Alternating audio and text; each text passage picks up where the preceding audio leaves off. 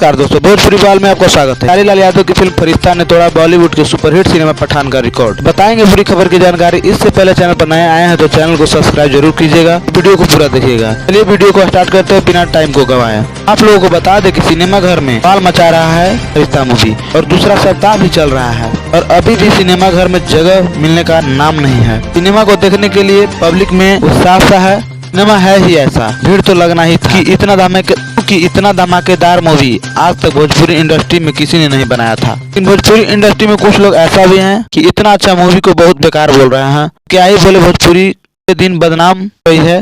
Bhojpuri industry में कुछ लोग अच्छा भी कर रहे हैं, उसको बढ़ावा देने के बजाय और बेकार बोला जा रहा है। भोजपुरी भाषा को क्या ही होगा, भोजपुरी के स्टार ही बताते हैं, पर पहले से अच्छा होते जा रहा है। बात करें खेसारी लाल यादव की फरिश्ता मूवी की, इस फिल्म की बात ही अलग है। और यही नहीं, फरिश्ता मूवी का जितना भी गाना आया सभी गाना यूट्यूब पे ट्रेंड कर रहा है। अभी फरिश्ता मूवी का 2 गाना ट्रेंड कर रहा है।